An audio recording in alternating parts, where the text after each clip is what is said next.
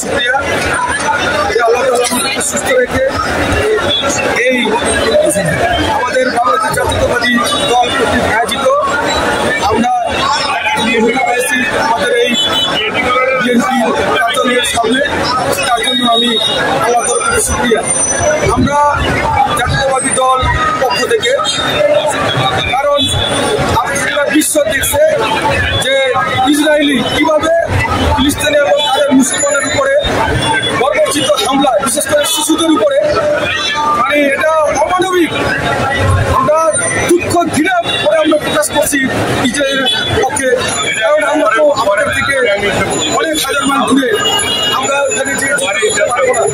আল্লাহর কাছে আমরা বলতে পারবো, আল্লাহ মন থেকে ঘৃণা করছি ইসরায়েলকে, যে এইভাবে শিশু, তারা বিধবা মহিলার বাচ্চা সন্তান নষ্ট, তারপরে হাসপাতালের উপরে বোমা মারছে, মেডিকেলের উপরে মানুষের অনাহারে খুব কাটছে, খাবার খেতে কষ্ট হচ্ছে। তাই জাতীয়তাবাদী দল বিএনপির পক্ষ থেকে আমরা এর প্রতিবাদ জানার জন্য, জানার জন্য আমরা এখানে একত্রিত হয়েছি।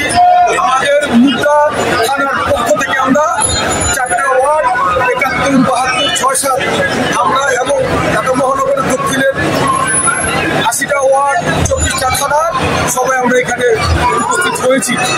এখানে ঢাকার বাইরের কোনো লোক নাই, এটা আমাদের শুধু উত্তর আর দক্ষিণের, এটা আমরা জাতীয়তাবাদী যেহেতু আমাদের আন্দোলন চলমান থাকবে, কারণ বিশ্বের সমস্ত দেশগুলি, বেশিরভাগ দেশই ঘৃণা জানাচ্ছে, মুসলিম দেশগুলি, তাদের সাথে আমরা একাত্ম প্রকাশ করে আমরা ঘৃণা জানাচ্ছি। আমরা আশাবাদী আল্লাহ তাআলা গাইবভাবে ইসরায়েলদের, ফিলিস্তিনিদের, তাদের বাসীদের সাহায্য করবে।